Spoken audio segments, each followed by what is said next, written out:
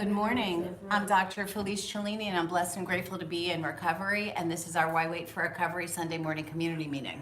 Good morning. My name's Haiti, and I'm blessed and grateful to be in recovery. I'm in recovery. It's Sunday. So it's Sunday, and I'm here with, But anyway, I'm an emotional overeater. I'm a compulsive overeater. I'm a binger. I'm a purger. I'm a food addict. I'm a drug addict in recovery. And I'm happy to be here. I'm a drug addict, alcoholic, anorexic in recovery. Welcome. Hi, everybody. Hi. Good morning. Happy Sunday. So we are a community that gets together. We are friends in recovery, and we discuss our experiences, our strengths, our courage, our hope, our journey, and we share it with other friends. This is just our stories and our experiences. We also live stream, and we have a virtual waiting room that you can access at any time.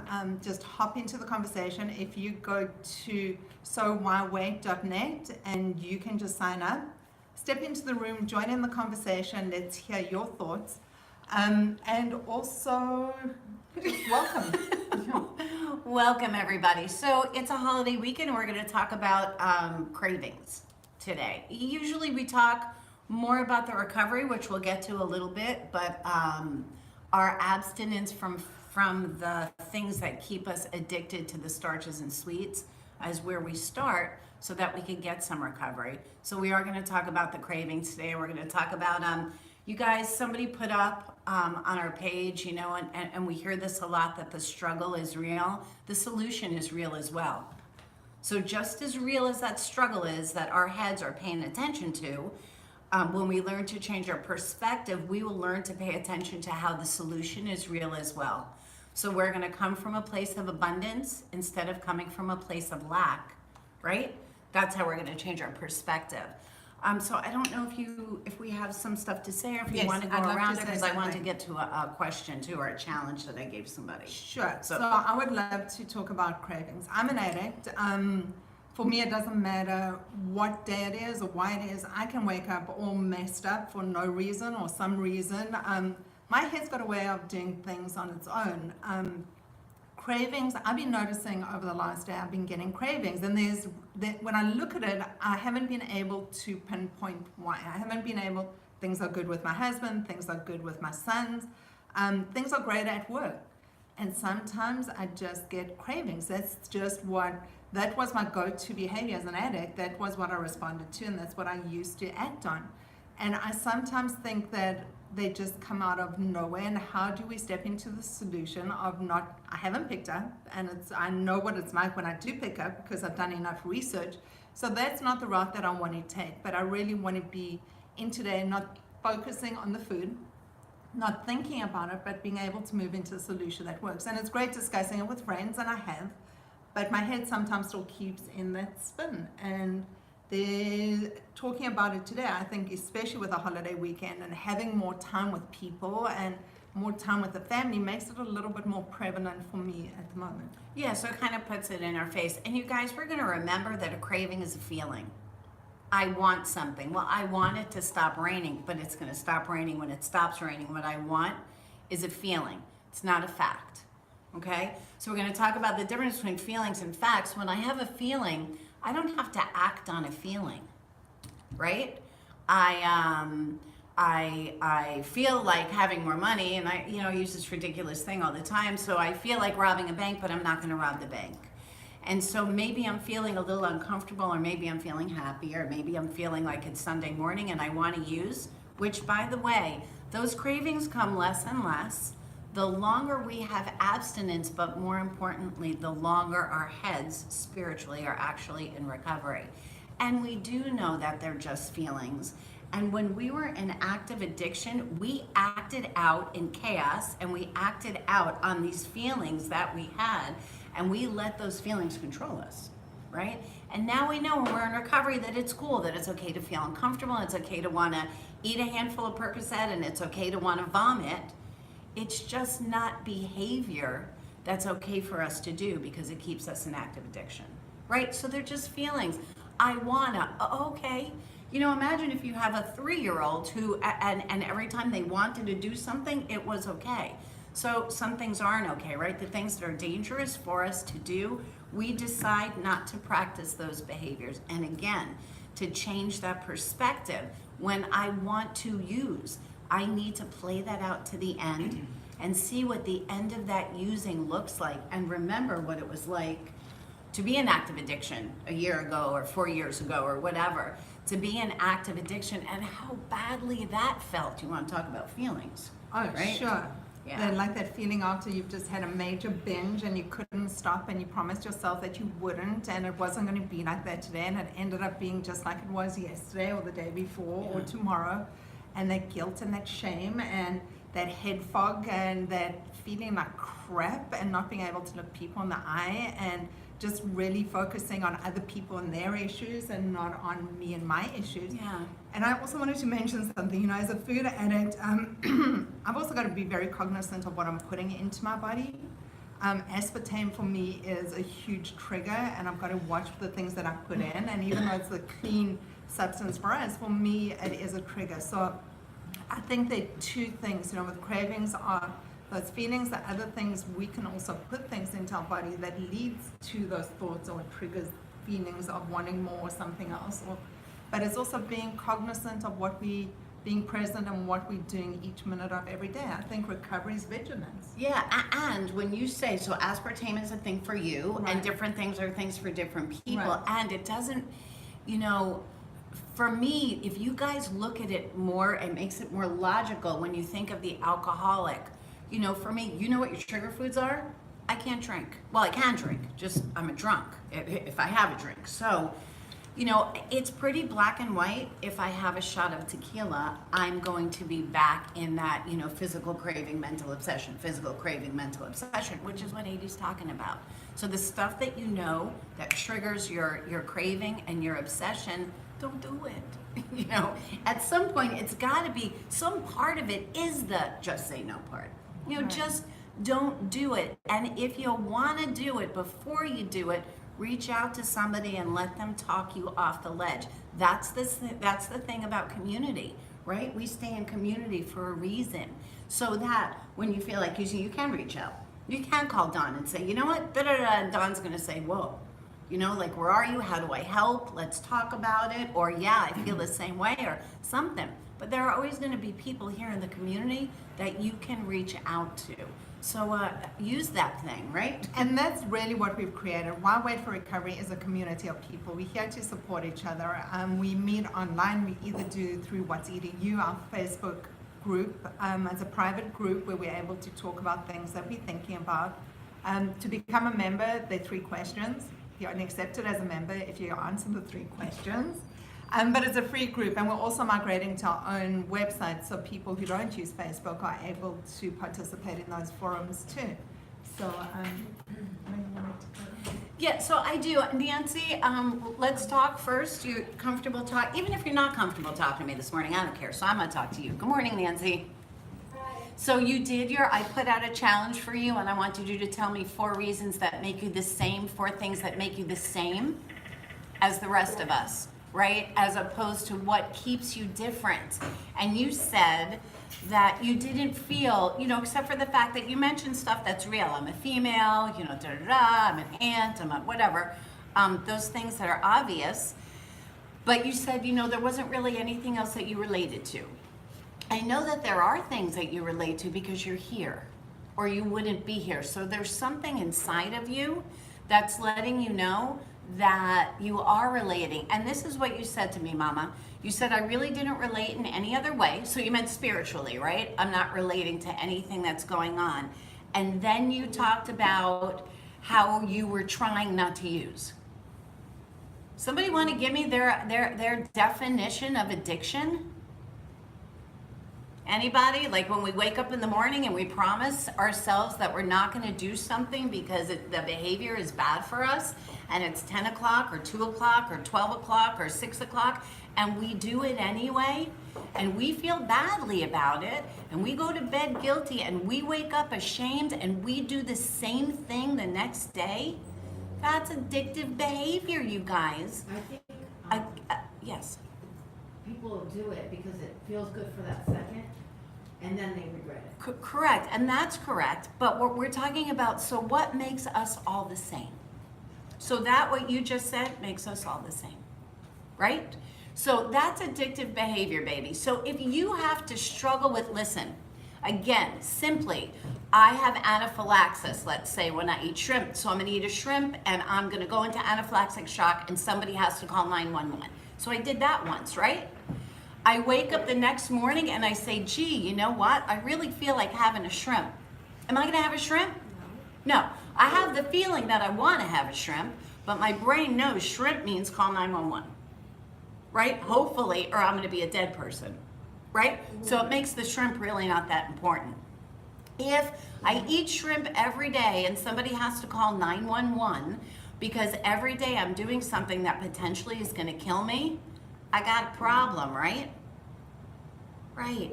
So if you're not an addict, then what's your struggle? Since you don't feel like you relate to the rest of us, what's your struggle? Because you're doing something that you're talking about, you know, I really want to stop, but I couldn't stop today. What's the difference, baby?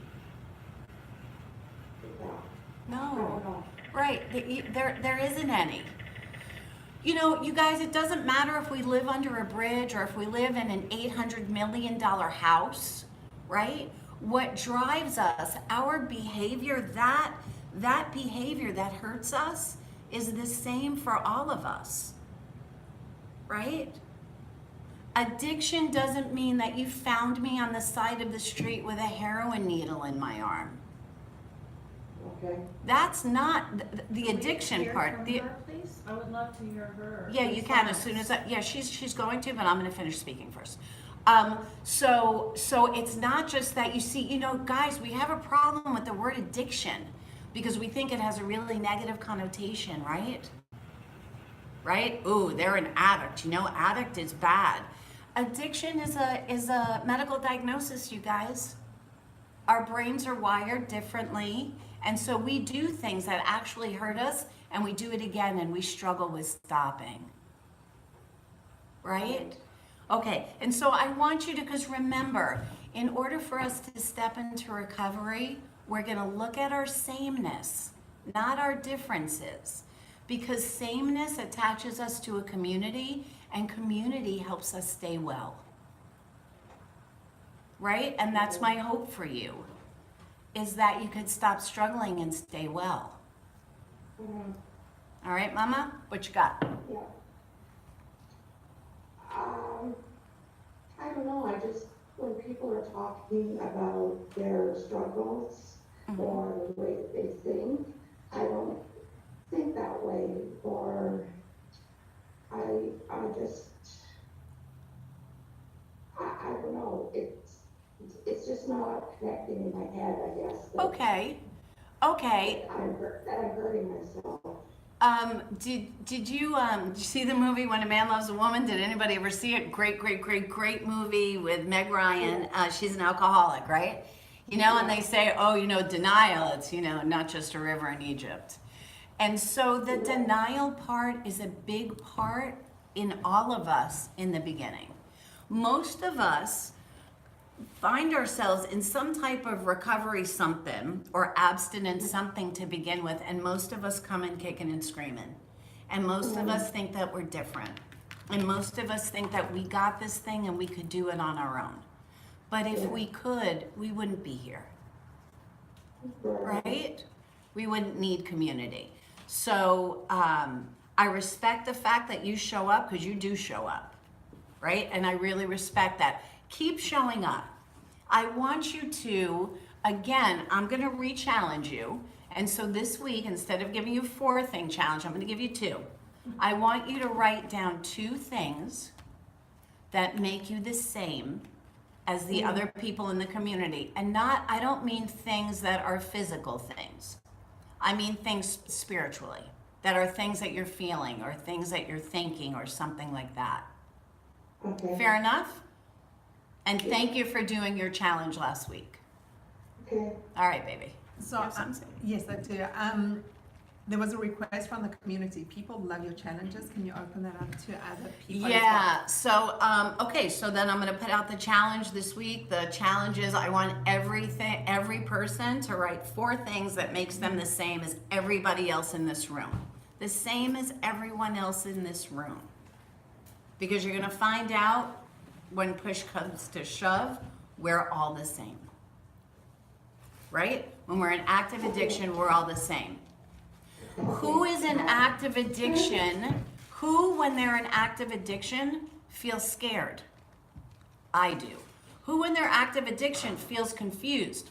I do. Who's pissed off? I am. Who wants to jump off a fucking bridge because I just did something that I promised myself an hour ago that I wasn't gonna do? I did. So find things that make you the same as opposed to make you different. So we'll put the challenge up, Ange? You put the challenge up for me later? Sure. So Angela, will put the challenge up later. Can you give me an example? Yeah, so just like I just said. So when I go through the day and I promise myself that I won't do a certain behavior and I do it anyway, it makes me feel ashamed. Right. That makes me the same as everybody else who's in active addiction. So when I'm in active addiction, what makes me the same as everybody else? But my feelings, though. Not the fact that I'm using, because that's a fact, right? Using is a fact, fear is a feeling. Okay, perfect.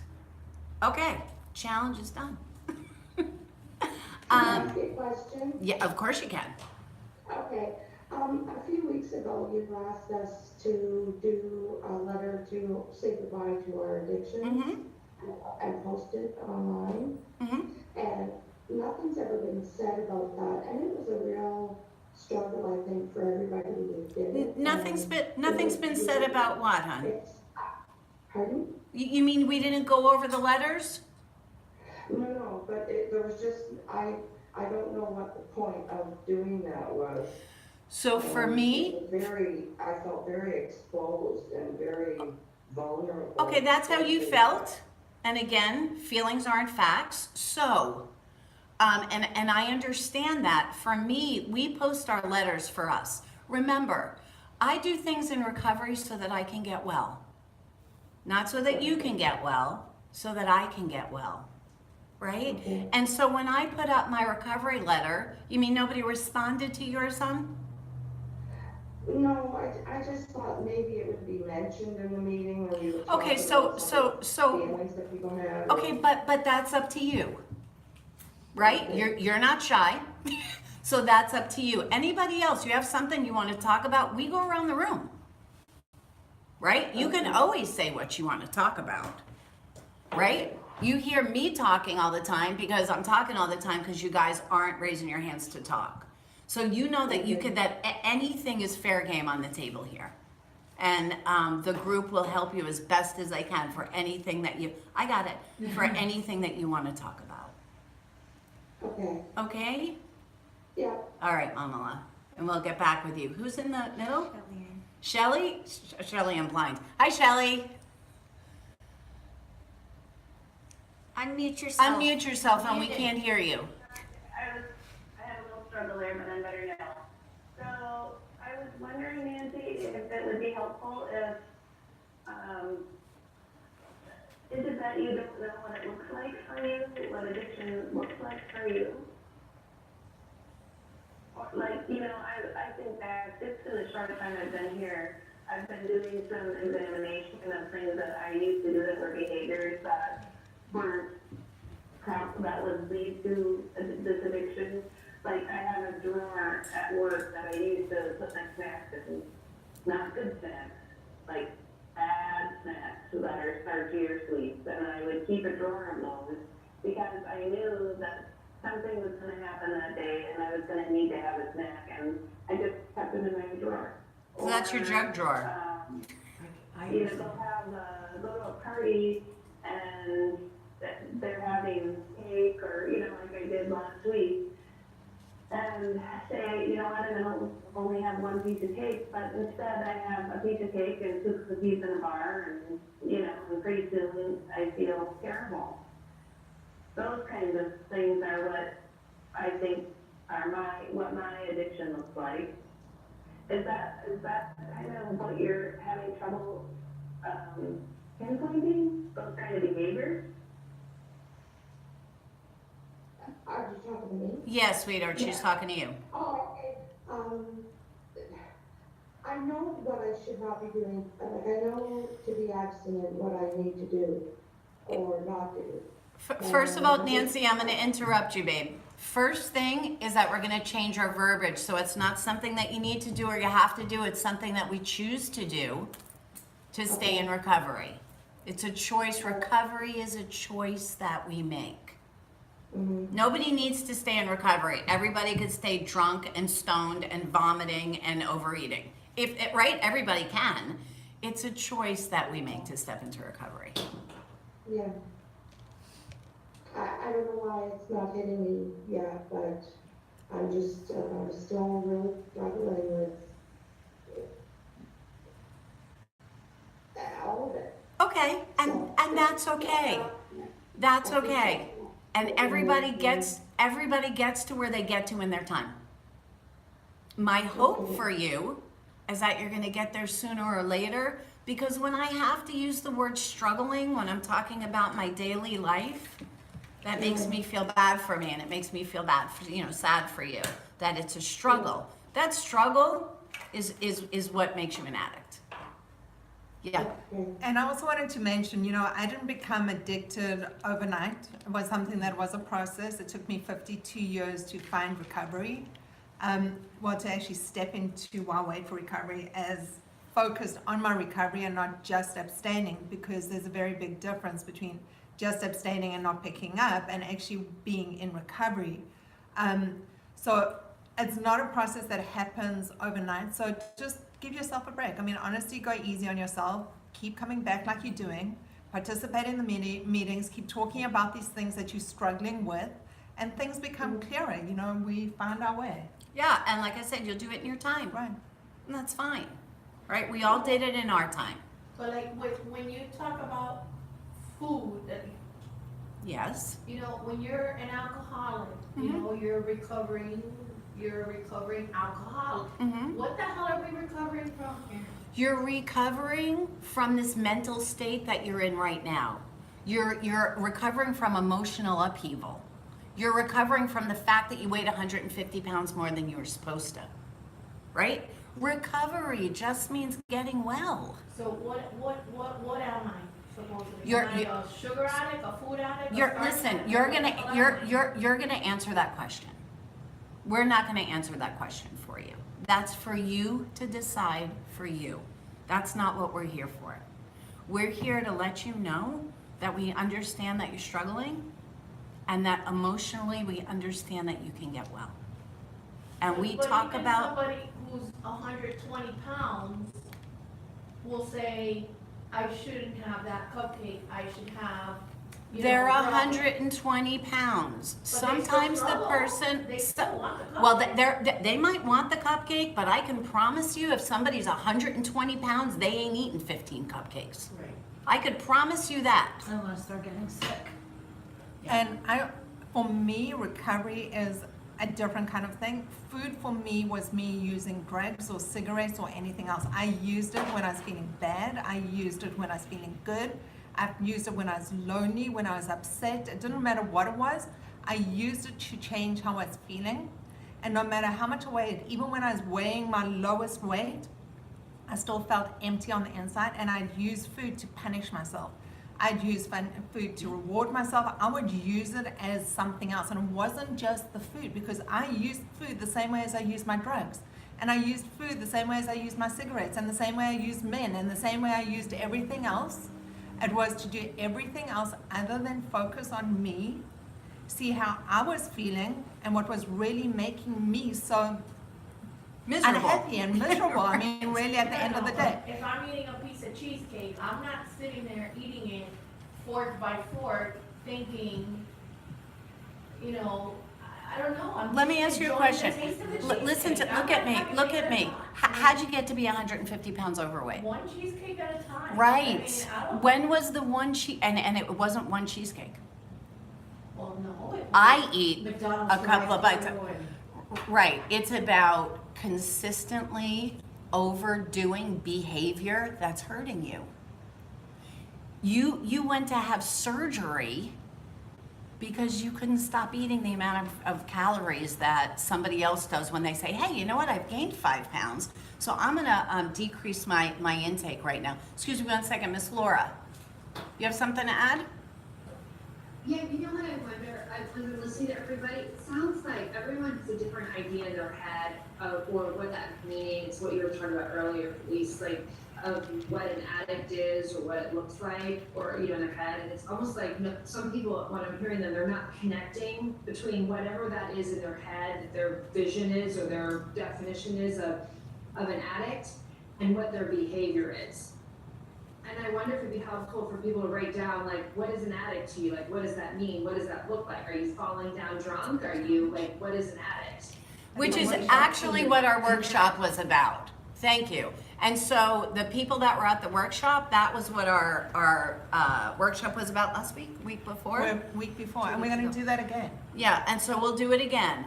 What's an addict? Am I an addict? If you're not, you don't need to be here. That's first of all. If you're, again, when I,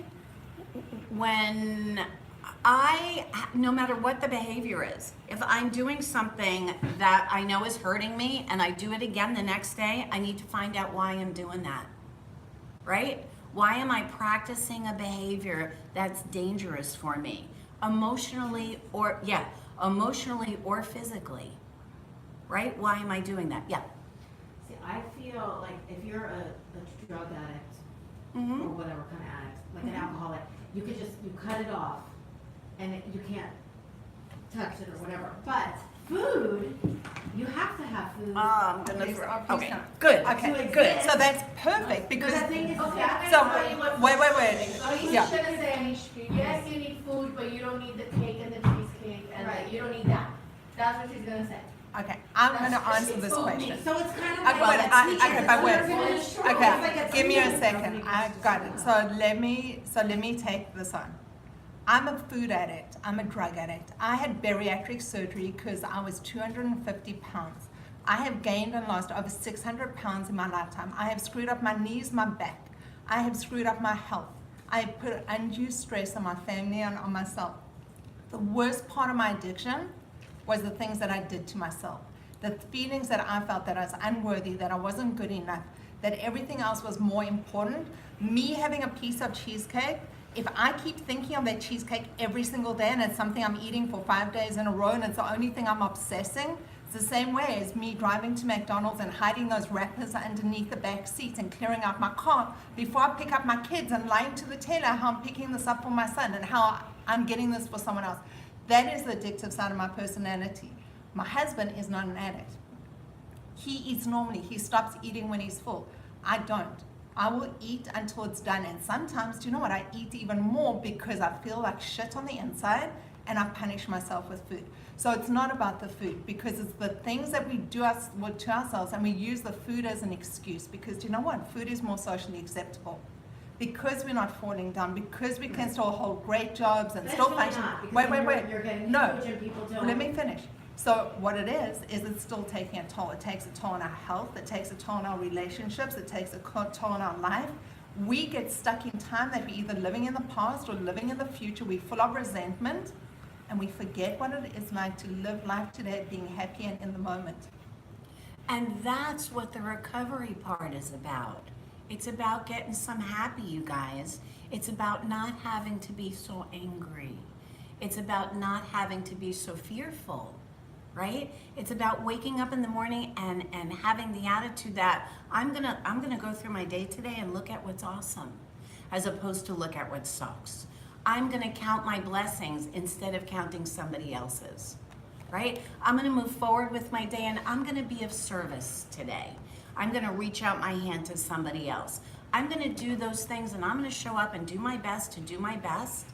And when I change that mindset and I do learn to come from a place of abundance instead of a place of, well, Felice is saying I can't have cheesecake. First of all, you guys, I'm letting you guys know you could do whatever the F you wanna do. That's your gig, that's not mine, right? That's up to you.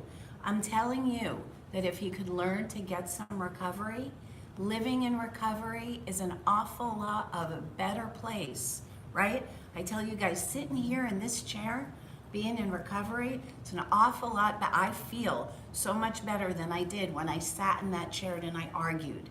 And I argued about how I was different. And I went to medical school. And how dare they tell me what's going on? And physiologically, you think that I don't know what's going on? And I could have stopped.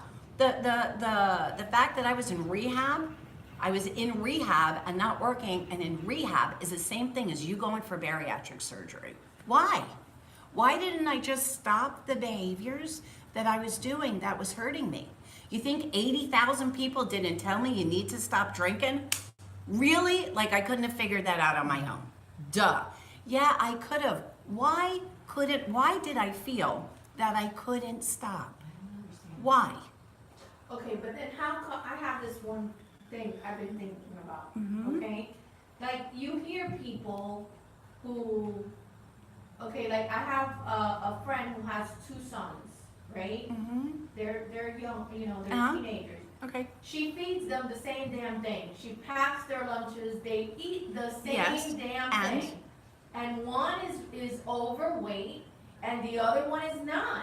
So does that mean the one that's overweight is an addict? It means that they're not eating the same damn thing.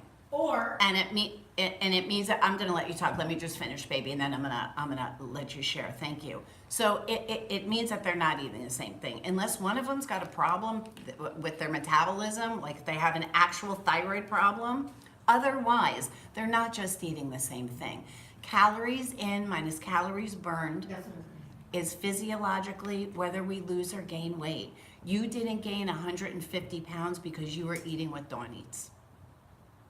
You didn't. well, what does Don eat? We don't know.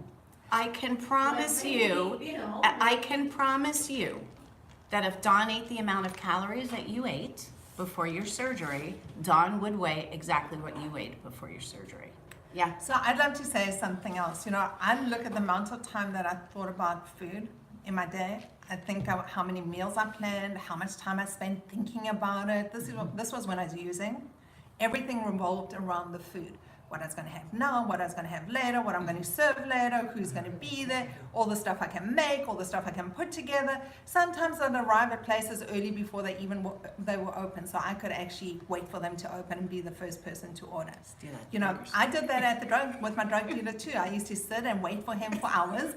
And I used to plan, and Sundays were the shittiest days because you know what? They have families and they were really hard to get hold of.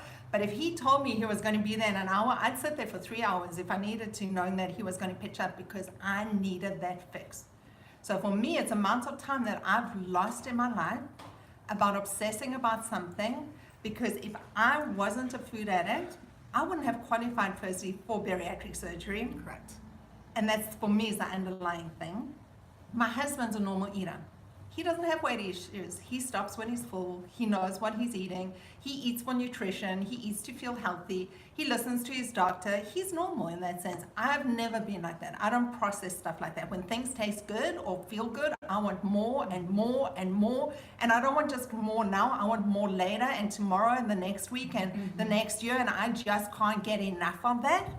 And I'll keep putting in more until, you know what, I'm living in a dark room. Got no photographs of myself. I'm wearing the same 3 things in my wardrobe. I'm short and angry and miserable and bitchy with every single person that I meet, especially with my family and my kids. I was witness to a million events that never happened, but they happen in my head because I live in fear. And that builds the resentments, and that's where I sit, is in fear and resentment instead of actually being out there living life. And that is really what recovery has given me. Recovery has given me 2 things. It's given me my ability to learn to love myself as Haiti, which for me was, I never thought I ever would. Everyone else was more important. The other thing is, it's given me a life. It's given me the life to be responsible. I'm responsible for the things that I pick up and put into myself. I'm responsible for the way I show up every single day. I do the next right thing just because I do it because it makes me feel happy, not because you expect it or you want it or you said I should or whatever it is. I'm living my life in a way that I feel so blessed. I'm so grateful every single day to be able to get out of bed, to sit here in the seat for me is a privilege. and that's recovery. It's not the thing of being right and being right all the time. All I was doing is I was being right and being miserable, making other people wrong, and living in a world of negativity. That is where my addiction There are to. things, and that I do want to say to Nancy, because you talk, and then at the very beginning of you talking, I was like, but I don't do that, but I don't feel like that. But then you say things where you're absent from the pictures. I've been absent from my pictures, like, I think there are things you could relate to, Nancy. Maybe not all of it, and I'm struggling. I don't want to call myself an addict. I don't think I am. I still don't think I am, but I can relate to some of the things that you say. And the reason why I stress to you about the weight, because for me it's not about the weight, and it's not about how many shots of tequila, right? It's about what brought us there. And so when we actually step into recovery, we're gonna find out what is inside of me that allows me to hurt myself. What is happening? The whole glycemic thing and No, it's the not. glucose or Listen to me. whatever, Listen or to all me. that? I mean, What is it about me? What was it about what was going on inside of me that allowed me to continue this behavior so that I gained 150 pounds? So I had to have my body cut open by a doctor. I had to have a $15,000 procedure by a doctor because I couldn't stop. Because if you could have stopped, baby, I guarantee you would have before you let somebody put you under anesthesia and cut you open. So is a skinny person who has super high cholesterol and keeps eating egg yolks, are they a food addict? So I'm not going to get into this medically, but I'm going to tell you skinny people who have super high cholesterol have it familially, and it's completely different. And why are you looking at others' behaviors instead of your own? It Because doesn't I'm trying matter. to show all these examples Listen, of how it's not addiction. Listen, Can I then you're, yes, you can, and I want you to. Then you don't need to be here because this is a recovery meeting. But you are showing up, so there is something that you're looking for, and I hope that you find it. That's okay. That's okay, right? My hope is that you find it. We talked about you had shared with us about how you were angry and you were why. What are you pissed off about? Anger is a choice. Because people. Yeah, we're not angry because of people. We're angry because of our perspective. I'm about to say what she said, Say what and you wanna I'm say. about to make her right, and We don't want to do that. Whatever we do, don't make me right. Oh, it's so funny.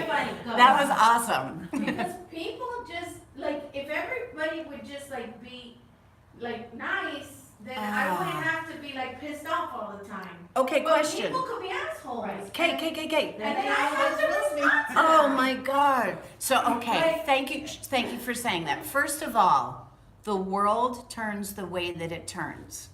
There are two things I am in control of. I am in control of my perspective, the way that I look at things, and my own actions. That's it. My life is not about whether or not you're happy. If you're pissed off at me, it doesn't make me pissed off. It'll make me feel bad for you, but it certainly doesn't make me pissed off, and it doesn't change the way I feel about me. So I don't need to act or react because you're nice and you're nasty and you're tall and you're short and you said something I didn't like and you didn't show up on time. I don't need to react to any of that stuff. Yeah, I think it's That's about me. something somewhere. So a friend of mine said to me, they said, you're right, you're gonna meet an arsehole. You could meet an arsehole every single day, but if you're meeting more than one, and you're meeting three, the arsehole's probably you. Right. I had a therapist say that once. Right. Go ahead. She wants to share. Lori. Okay, it's okay. You wanted to share. Go ahead. Oh, I feel blessed and grateful to be here, and I'm hearing a lot of things I can connect with for sure. And, like, the acting out, thinking it through, that's the best part, is if you can think it through and think about the self-destructive behavior and what the consequence will be, and then make the conscious decision not to act out would be amazing. So I think a therapist had suggested I have a rubber band on my They do that in recovery meetings. because I teach school and I cannot react. I have middle Yeah, these schoolers talking back to me in my face, and I have to sometimes snap this little rubber band so that I can remove Remember. myself and maybe get centered or think about a loving place, a safe place, and give myself a second not to feed into it or react. So it's the same, That's a very good idea. yeah. Right, but you're talking about reminding yourself to change your perspective, which is awesome, Yeah. because you just said, I'm in control Right. of my own perspective. And I'm aware, I'm in control Right. of my actions, my feelings. Thoughts will come, feelings will come, but the way that I react is what it is all about. Like, I do have a choice. I used to Correct. react and explode and be angry and aggressive and all the time. And that was an old way of behaving. Now I'm more assertive, I'm more balanced. I'm so grateful to be here. I hear a lot of awesome recovery. Thank you for sharing Can I that. get that rubber band thing? You can And do use whatever it you on- want, baby. But use it in the food? Yeah. You can do Okay. whatever you want. Right, for sweets or whatever. Whatever you're comfortable with. Sarah we're wants to going, speak. yeah, some of the people on the stream wanted to say something as well. Yes. Sarah. Sarah. Good morning. Wait. Unmute yourself, hon. Good morning. Good morning. So for me, what I'm getting from this is, for instance, my 20-year-old son is a type 1 diabetic since age 14. Mm-hmm. We're not going to go into the difference between type 1 No, we're and not. type 2, but everybody gets it, everybody understands it.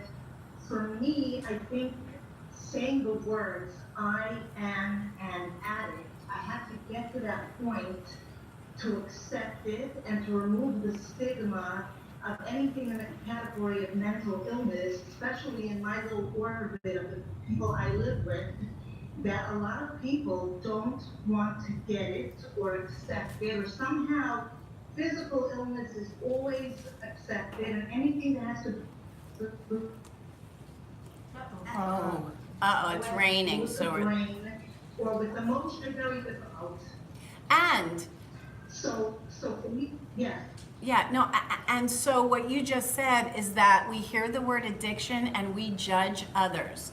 I'm going to tell you, first of all, until you walk in somebody else's shoes, we've got zero right to judge anybody else. We're not God, we're not the universe, and it ain't our job. Nor do we need to make somebody else's business something that we could look at and put them down for. Because when we're doing that, it's usually because we don't want to take a real good look at ourselves. Addiction's a word. If I said that you were purple, would everybody fall down? They'd say, oh no, I really don't think I'm purple, but this is a pretty cool meeting. Okay, nobody judges the word purple, right? People like purple. So you're an addict. Who gives a shit? Right? As long as you put that negative connotation on and judgment on that word, you're not going to get past it. If you could get to the point where you say, hey, you know what? I've got something in common with these people who are trying to get some happy on, right? Trying to fit into a world where they feel safe and they feel okay and they feel happy. And I'd like to have some of that for myself. I want to ask Jennifer Sarah, wants to because share. I'm having trouble with the whole addict thing, like, what are you an addict of? What are you an addict of? Me, Yeah, what, my addiction, there are two things I'm addicted to, food and online shopping.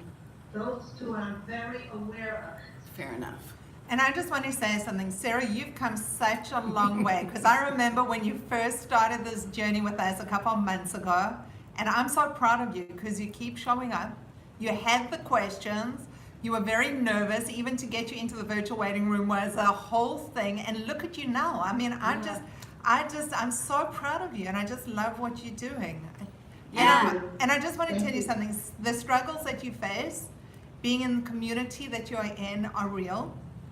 And there is a lot of ignorance or just a lack of wanting to go there for whatever reasons it is. But it really is, and it's very pervasive. And sometimes it's hard being the cheese, the person who stands out, feeling comfortable to be able to talk about it, because talking about it does make us healthy. But that's a process, and learning who we can talk to is also a process that we go through, you know. And that's why we have community. And let me tell you something, Sarah. Somebody else's opinion of you doesn't make you who you are, right? When I'm 53 years old and I'm still learning it. that's okay. That's okay. So when we look to others for how they're feeling about us or what they're thinking about us, right? We call that ego, right? What I think your opinion of me is. What your opinion of me is none of my business. It doesn't make me who I am. And if you're a judgmental bitch, maybe you're not the person I want to be hanging with. If you're judging me because, you guys, I'm a drug addict and I'm an alcoholic and I'm an anorexic. And those are some of the things that make me who I am and allow me to be here. Just like I have a PhD and I'm a physician assistant and I'm a certified recovery support specialist and I'm a mom and I'm a friend and I'm loving and I'm caring and I'm all of those things. And I'm an addict in recovery. Which one makes me better or worse? None of them. It's just who I am. And if you don't feel comfortable hanging with me and if you want to judge me because addict is one of the ways, addict in recovery, that I describe myself, okay. Have a great life. Thanks so much for sharing. Because your opinion of me doesn't make me good or bad. Right? Jan, Well, did you? I just think you have more of a reason to call yourself an addict, and I think food addiction is I not have more. a I reason. just don't. Okay, Yes, baby, you have again, more of we're a gonna right. say, you're gonna say you practiced behavior that made you 150 pounds overweight so that you needed to go get put under anesthesia and have a surgery to try and fix that. And it fixed it right now. I'm gonna tell you that your surgery is like being in a treatment center. So it fixed it right now, because when we're in treatment, it's kind of hard to use. And so you're post-surgical and it's kind of hard to use. And I can give you lists and lists of patients that I have that are 3 years post their surgery that have gained back every single one of their pounds. But it doesn't need to, because if you get some recovery, you'll stop with the behavior because you'll find out why you do the things that you're doing.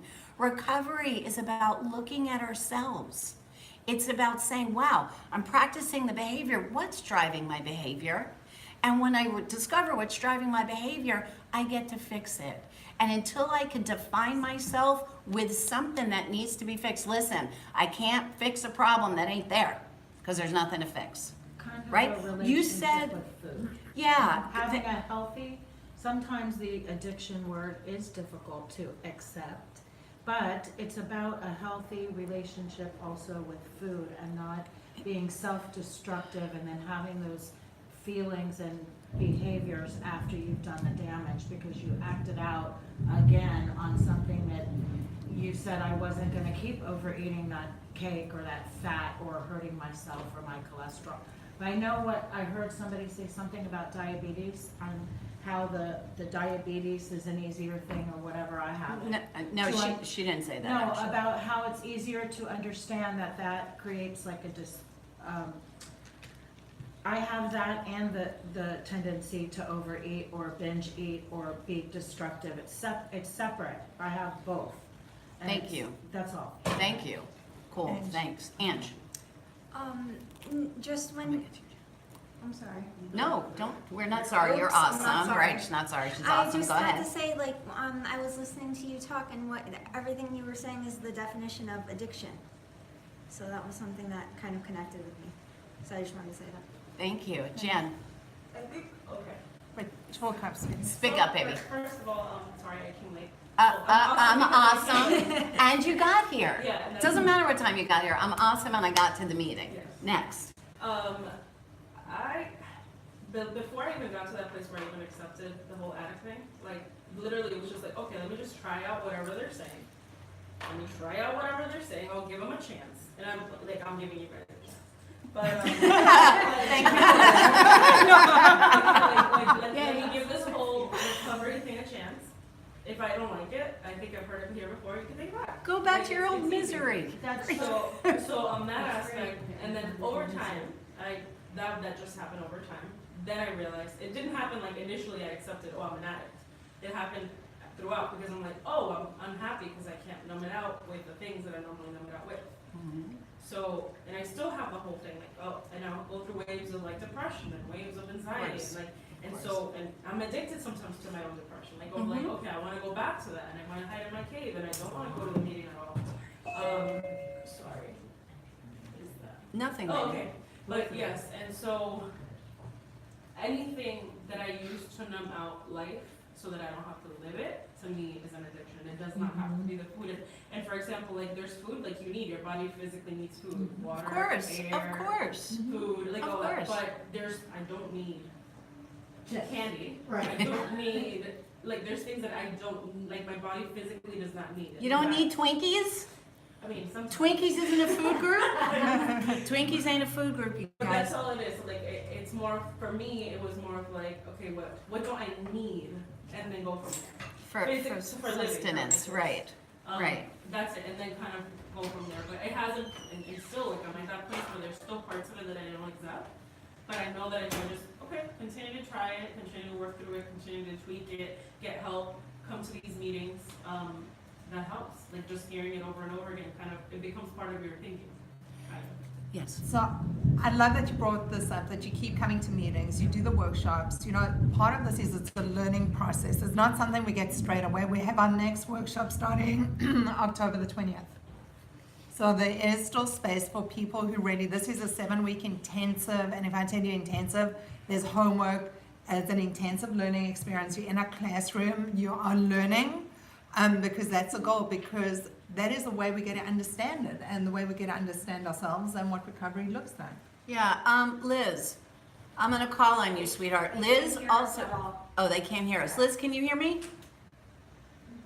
No? No. Okay, they can't hear us. Okay. So either you will come to one of two realizations.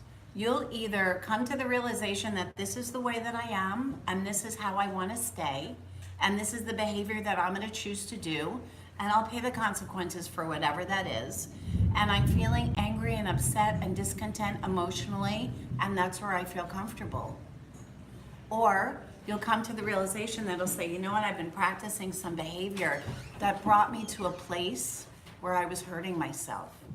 And I'm gonna find out what I was thinking before that, and why I'm so angry, and why I feel discontent, and why I feel like when I eat, I feel better, instead of learning how to feel better without using some substance to get there. And that's my hope for you. My hope for you is that you're gonna completely forget that you need to pay attention to this is what I'm doing, and start paying attention to this is why I'm doing the things that I'm doing that brought me to this place that I needed surgery, because I want to get some happy. I want to wake up in the morning and not be angry. I want to let somebody cut me off in traffic and not freak out and have to tell 53 people about how pissed off I am. And can you believe I went into work today and Sally said this to me, and who the F does she think she is? And you know, Sally thinks she's all that. And you know, Felicia was talking at the meeting, and she talks and Haiti talks and blah, blah, blah. They say whatever, and you know, they don't even know what they're talking about. And she says the same thing over and over again. And then you call your friend, and you call another friend, and you call, and you're stuck in the middle of chaos and negativity and minding everybody else's business except for your own. Ange wanted to say. Yes, Ange. I don't know if someone already said this, but nonetheless, I wanted to say that I know there's been a lot of talk of today, especially about whether or not you're an addict, not speaking to anyone in particular, just in general. And what I wanted to share is that in the beginning, when I first met Felice and Haiti, I think that I didn't think I was an addict either, and I didn't think that for many months, but I was so scared about everything, I kept it to myself because I was scared if I said it, like, I don't know what would happen. Anyway, so, point being is I just did the work and I kept coming back, and I still had that thought, that secret thought, well, I'm not an addict, but I kept doing the work anyways. And so point being that I don't think you have to know right away if you're an addict. I think you just have to do the work and keep showing up and keep coming back and participating.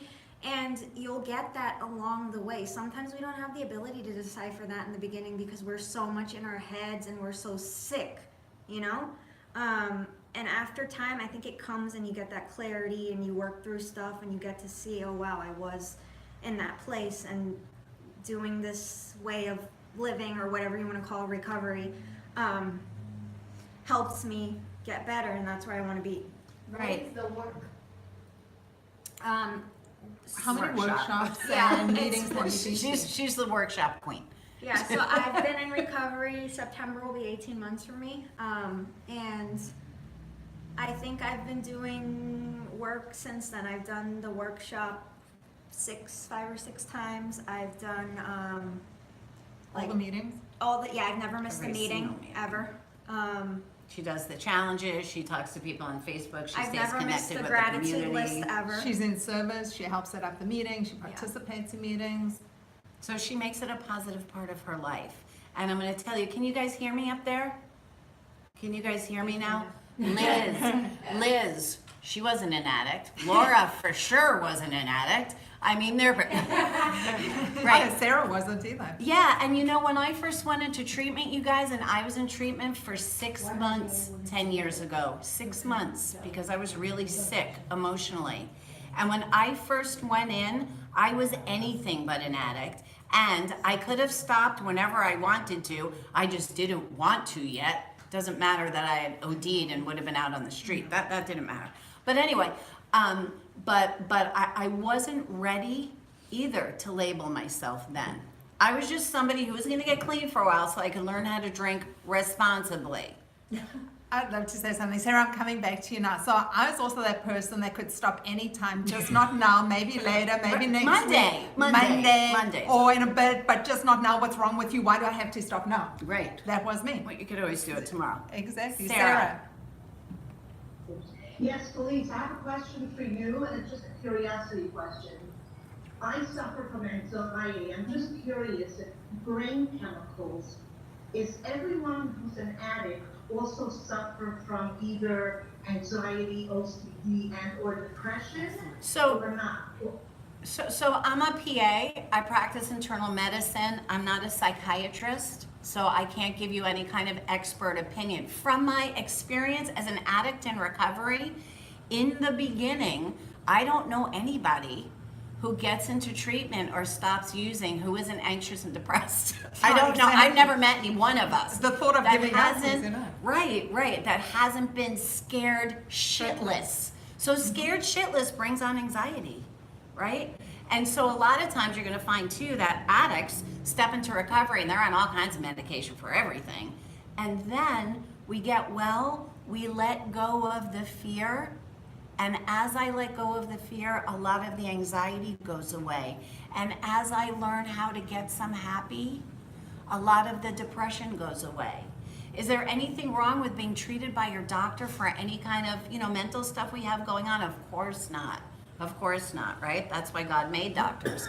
But yes, I would say that I was in for dual diagnosis. I was in for 6 months.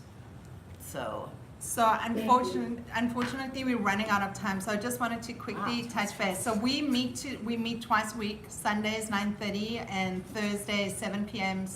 Eastern Standard Time. You can either join us in Davie if you're local in South Florida. Come into our room. Come into the waiting room. It's awesome. Come meet some of our peeps. They're really cool. You can also step into our waiting room. We've got a virtual waiting room that you can join us from any state, any country, anywhere with Wi-Fi, essentially. We also have our intensive 7-week workshop coming up in October the 20th. One of the things we're doing at the moment is we've actually discounted the price as well, just for the next week as an early bird special, but also we're including the 3-hour workshops that you're able to participate in that we're putting on over the next year as well if you do the 7-week, because we vested in people getting healthy and learning as much as they can about recovery and themselves. So please contact us, sign up on Facebook, just step into the room. It works. Recovery is awesome. And you guys, be open-minded. You could always go back to being the same miserable, scared, unhappy person that you were if you choose to, right? We could always make that choice. Hey, I don't want to get any of this happy. I'm going to go back to being scared and sick and discontent. And obsessive. Yeah, you could always do that, Compulsive. right? But be open-minded, because perhaps having the happy is going to keep you a little bit happier. I am so blessed and grateful to be in recovery. My name is Dr. Felice Cellini. This has been our Sunday morning Why Wait for Recovery community meeting. You guys, thank you for helping me stay in recovery. And my name's Haiti, and thank you for being part of my journey and allowing me to be part of yours. And if no one's told you today that they love you, I love you. And also share the love, give us a like and a thumbs up. Peace out, you everybody. guys. Recovery is awesome. Yes, it is.